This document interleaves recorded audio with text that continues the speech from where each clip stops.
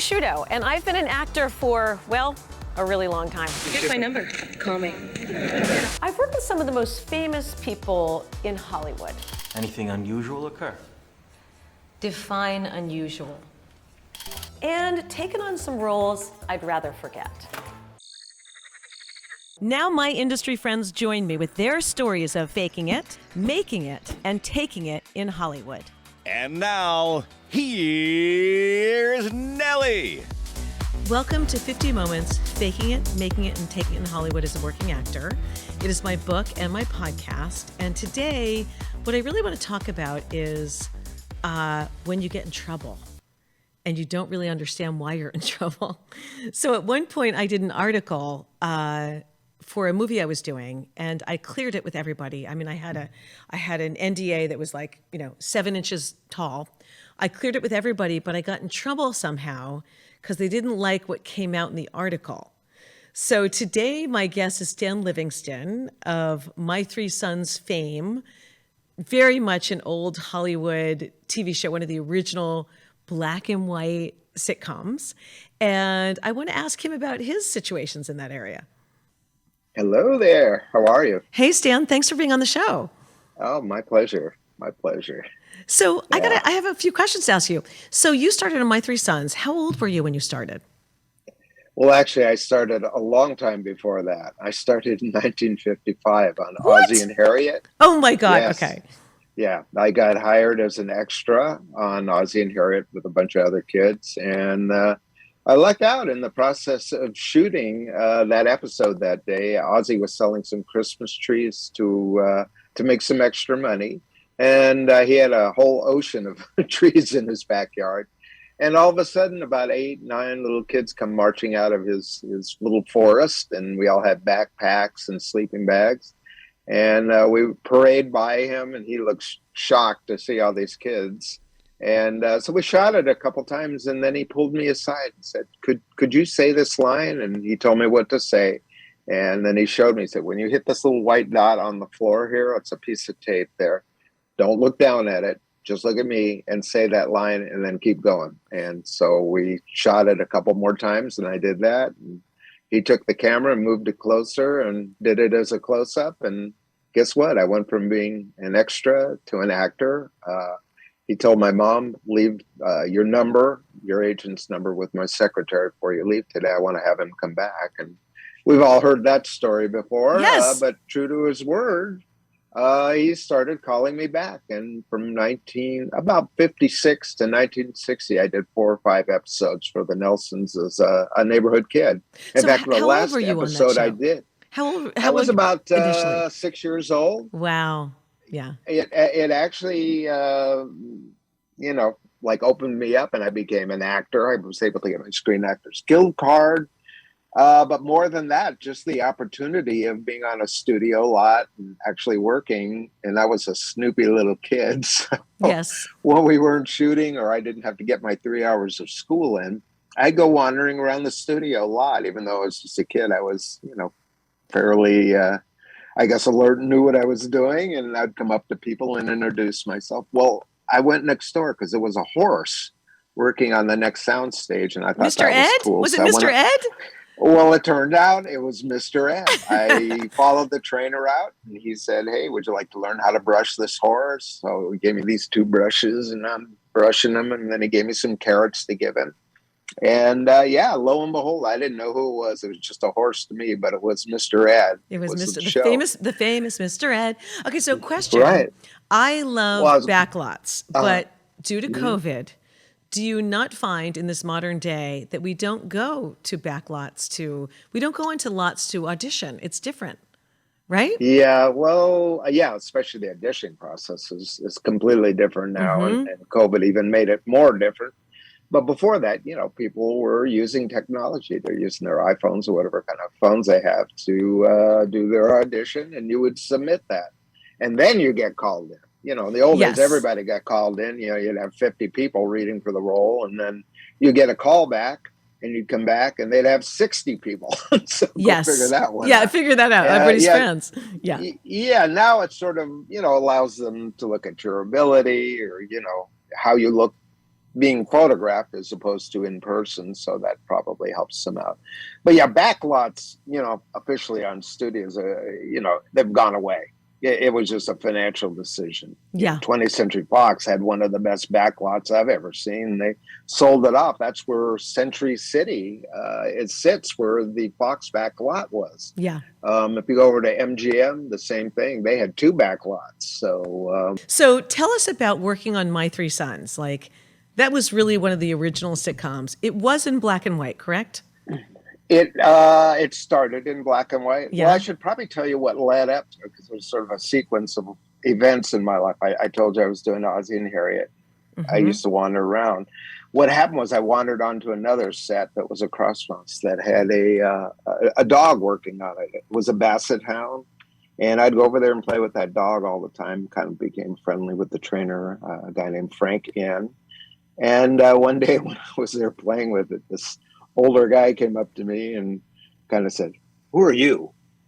And I was like, "My name's Stanley Livingston. Nice to meet you." And he goes, "What are you doing here?" And I said, "Well, I'm just visiting this dog." And I said, "But I'm working on Ozzie and Harriet across from the stage on stage 5. So he kind of became a little friendly. We talked for probably about 10 minutes. And then he said, "You know what?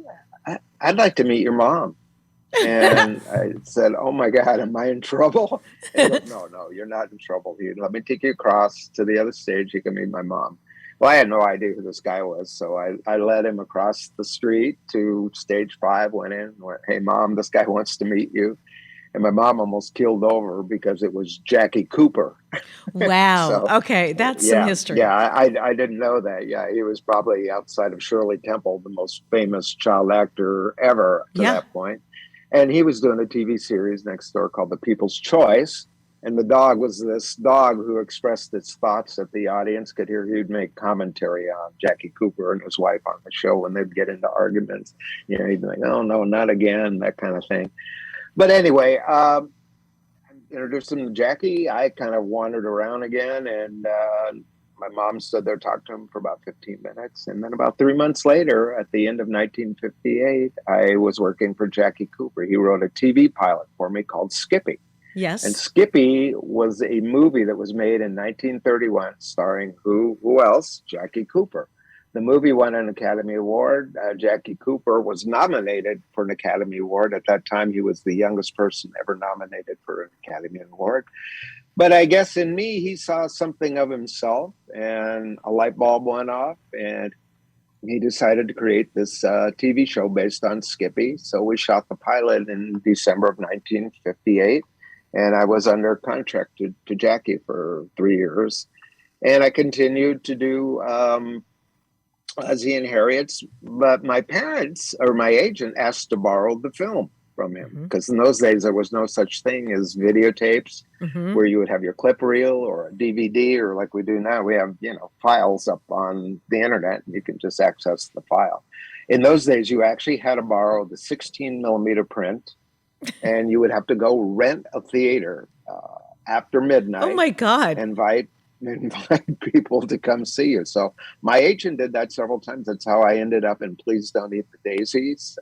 Love that show. And then eventually she invited some producers that somehow she was in contact with to see this piece of film on me, because I was literally the star of this thing. It's starring Stanley Livingston.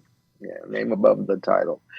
So that's how I got hired for My Three Sons. They were looking around for three people to pay the children on a show with a dad and a grandfather, and that's all we kind of knew about it at that point. But I was outside of Fred McMurray, which I didn't know he was the star of the show at that point. They kind of kept that under wraps. Yeah. It's interesting because I started at 14. So it's hard to be a younger actor in the business and to understand the rules. And I think rejection is very hard for anybody, but especially hard for younger kids.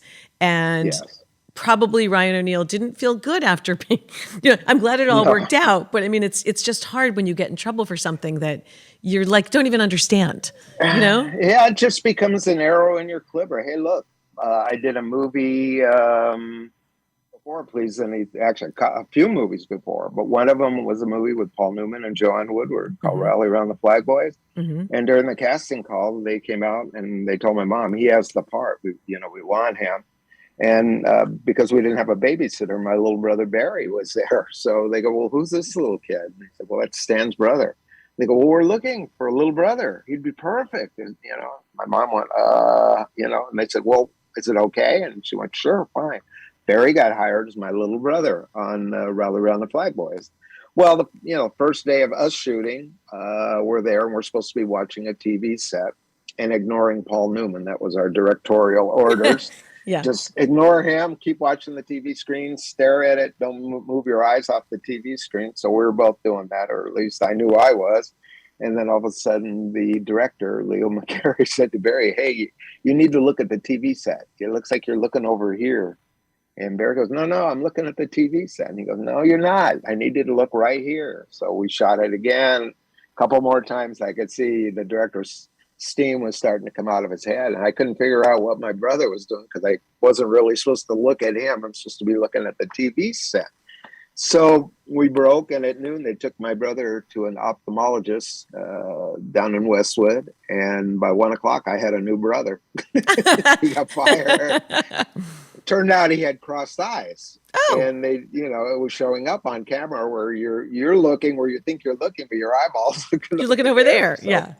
Barry was unceremoniously dumped after a couple hours of shooting. And, of course, he took that pretty hard. So did I. And, but you know what? It was actually one of those things where it was what I call a fortuitous firing. He got fired, and because of getting fired, he no longer looked like a little mini me. Yeah. Well, his hair wasn't like mine. He had like Mo Howard hair. He had buck teeth at that time, but he ended up with these glasses, and he became Ernie. And back then, there were not a lot of children that wore glasses. They were all like Dennis the Menace types, or John Provost from Lassie, and me and Barry would have probably been, in that ilk. But because of the glasses, it changed his whole character. And I mean, he was so darn cute, especially with the glasses on. He forged a whole career with that. And, when he did the Ozzie and Harriet, he had his glasses on. And he kind of looked like a little Einstein or something. Yeah, no, I get it. It's like I have nephews who have glasses, and they're so cute. They're so cute with their little glasses that have the little strap around the back. I think they look so smart and adorable. But that's what I was saying. Even if you get fired and things happen, you don't know what door is going to open. Had he not got fired, he wouldn't have had those glasses. Okay, so I want to go back for a minute. I love when you talked about taking your 16 millimeter film to a theater to show people your work, because I just had to clean out my house in LA, and I had to downsize. Like, I have these big bins full of things, and it started with beta tapes and went to VHS tapes and went to DVDs, and now everything's on computer. And I don't know what to do with them. What would you do with them? Put them in the garage. Well, I wouldn't put them in the garage. Would you save them though? Idea, honestly, they're all they're I'd transferred. never get rid of anything you did. Yeah, even if it's a legacy format, you never get rid of anything. Yeah, I would imagine. Because there'll always be somebody out there that can go on there and get it off of it if you need it again. But there's something sort of charming about having that. Like there's something like, look, it's on 16 millimeter, it's on beta. Well, yeah, it's like being in the silent films. It's all flickering black and white. So I look at like 1 inch, 2 inch beta, and you look at that going, that was the state of the art then. And I look at now, and it's like, man, this doesn't even compare to like early versions of digital, or a high 8, but better than that. It's just everything changes. So speaking of everything changing, how have you transitioned into your career? You obviously direct, you write, you do everything. How did you transition from being a child star, which I know went into your 20s, late 20s? Yeah. How did you transition? Because that's something young actors need to know. Well, it was something I wanted to do. I mean, a lot of actors that I knew didn't want to do anything other than act. They weren't interested in the behind the scenes mechanisms and processes. And I was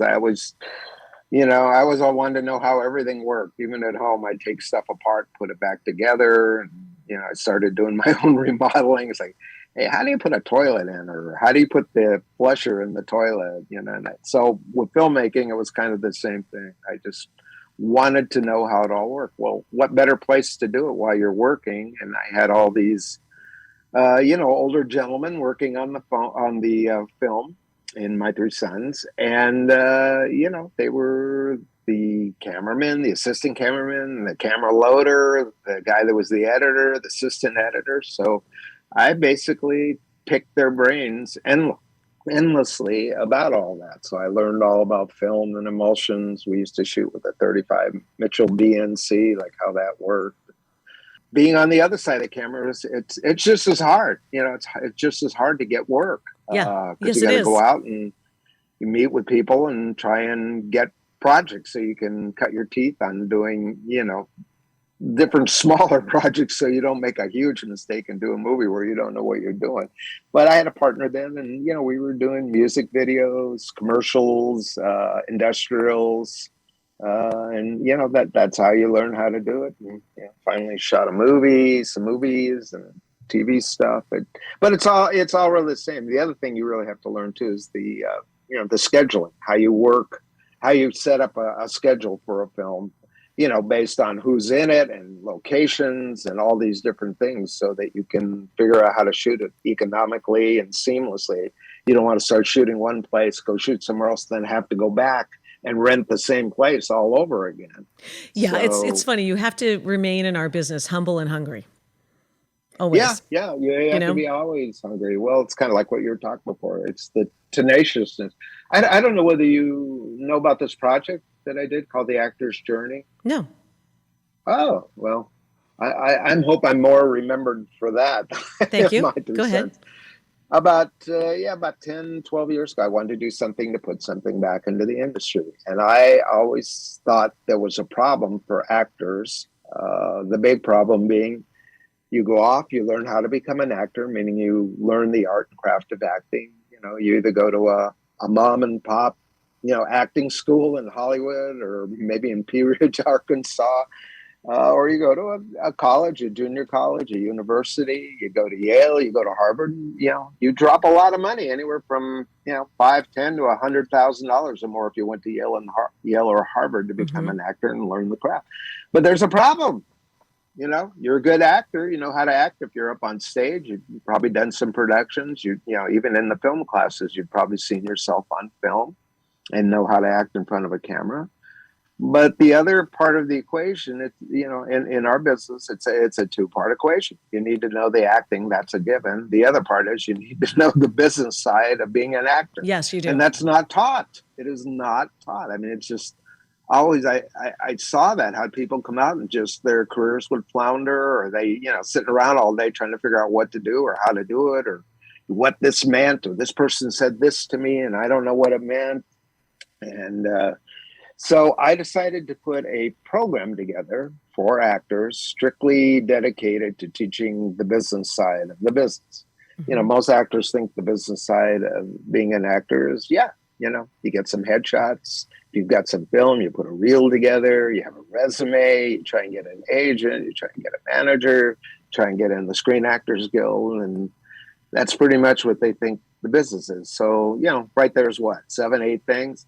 Well, in this program, we have 65 topics that we deal with. So there's obviously about 58 more that aren't covered. And the reason being is, the people that teach this stuff, the professors and the teachers of acting schools, some of them have had careers, most have had brief careers where, they got their feet wet and either didn't work out or for whatever reason, they still wanted to stay in the industry and decided to become a teacher. But what they're missing, and they can teach you how to act, what they can't teach you is how to operate yourself as a business. Yeah. And what all that entails, because they just don't have it in their repertoire of experiences. So what I did is I put this program together, and I went out and I thought, I could teach it, but I don't think it should be me. It would be better if it's coming from a lot of people who have 20, 30 years worth of experience. So I brought in a lot of my peers, people that I worked for, and they're the ones who teach the program. 45 or 50 of these people have either won or been nominated for Academy, Emmy, Golden Globe Awards. It wasn't just actors. That's part of the equation, but I brought in directors, producers, showrunners, executive producers, agents, managers, casting directors, casting agents. I brought in the president of the Screen Actors Guild at the time, the president of the Directors Guild of America at the time, and about 10 people that sat on various boards there. So it was really kind of a very comprehensive way of looking at the business, and you're getting this plethora of point of views all on the separate topics. So Yes. You could have one topic, but you have all these people chiming in on it, and they may say things that are a little bit contradictory because they're looking for something else. Your agent's not looking. They have expertise in getting you in there, and they have a point of view, but the director or producer may have a different point of view of that same topic. So I put together this 10-hour-long program. It's called The Actor's Journey. It was available at a website called theactorsjourney.com. I took it down a couple of years ago because I moved and I just had so much going on. I couldn't deal with it. Is it available still? Can people still find it? Well, it was a DVD product. It's going to be available again in a couple months. We transcoded everything, so that it can be online. So it'll be, you'll be able to go up and just stream it now. So. And how would you do that? How would people find that? Well, when the actorsjourney.com website comes up, it's sort of the pointer to where the video will be, which will probably be like Vimeo or some, streaming service. So you'll go there and you can see the 65 topics that we covered, and you can watch them individually, or we group them. I kind of grouped them the same way I had. When we had it on DVD, it was an 8 DVD set. And there was about an hour and a half, 2 hours worth of material on each DVD. So you could buy it, one of 8 different programs, or you can buy the whole thing and, sit there and watch 10 hours. And, not that you have to watch it all at once. Well, it's like an education. Because when you see it, it's so much material. You're literally going to have to watch it a couple times because it's unusual stuff and stuff you're not going to hear anywhere except from actors who've done this like 20, 30 years. But, we had people like Henry Winkler, Michael York, the director Richard Donner was one of the directors I used. I'm sure you know who he is. Yes, of course. He had all the Lethal Weapon movies. I think it's great because I have a son who wants to be in the film industry. He's going to go to college in a year, and you want him to get the real. Like I went to Yale. I did not study drama. I studied Chinese and business.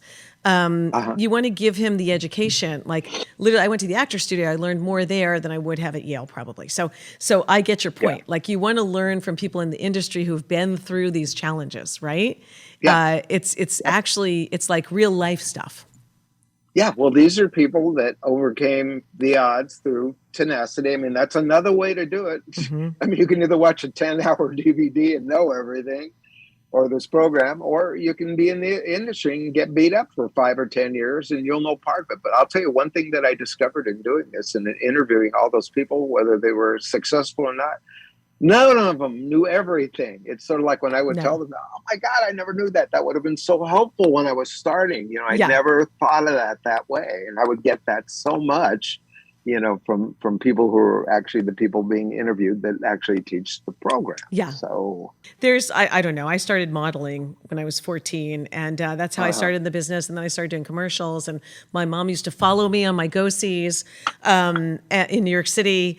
And I don't really know. When people ask me, I mentor a lot of young actors and writers, because I'm a writer too. When people ask me questions, I say, you just have to find your path. Like there's not, like you're saying, you can give all the information you want, right? But there's not a set path in our business. There really isn't. You just have to kind of find it. And I always feel like a jerk saying that to people. Like they expect some help. And I'm like, here's like, like a normal job. You go to the interview, you got a job, you're hired for 2 years. We don't have that, right? No, we don't. No, I mean, in our industry, the people think, if I beat on enough doors, I'll come in through the door. Well, I hate to tell actors, but most actors don't come in through the doors. You come in through the roof, up through the floorboards, up from the basement, in through the window. You got to be Santa Claus. Let's be honest. You find your own path in. Yes. But, you still have to kind of know what you're doing. It's just you don't know what's going to open for you. Yeah. So, okay. So I have to say, this has been the best information. Like I love hearing your story because you really span some decades. and all kinds of changes, and you've managed to be like a surviving working actor, more than a working actor, on a hit sitcom, et cetera. Tell us what you're doing now.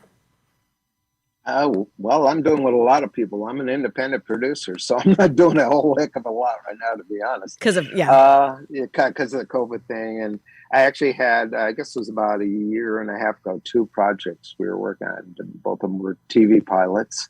One was a talk show, and we actually got the money for it, which is like, that's always the miracle when you're a producer. Is, I spend most of my time out, beating the bushes for money from investors.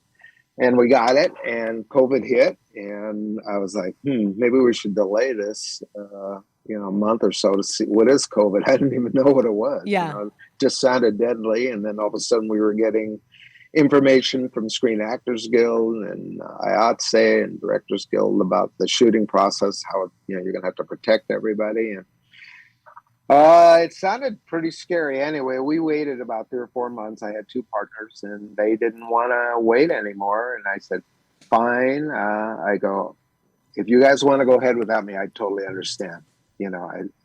I'm older. There's reasons I don't want to do it. I mean, I'd love to produce and direct this thing. Well, I had my partners. I said, remove my name from every scrap of paper.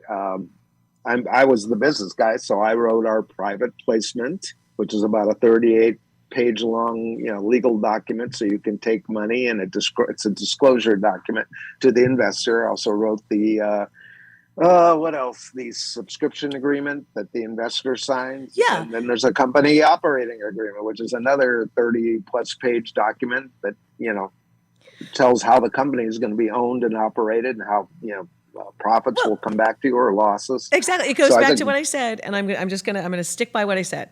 We all get in trouble in our business at some point, and that's like where you say, I don't want to get in trouble, because no matter what you have you to do, have some common sense. Yeah, you do have to have some common sense. When to say no, even if it's an opportunity. Most of the time the opportunity is there, but the money isn't. Well, here's the money. It's really hard to say no when the money's there, because it's so hard to get. But agreed. I had to do that.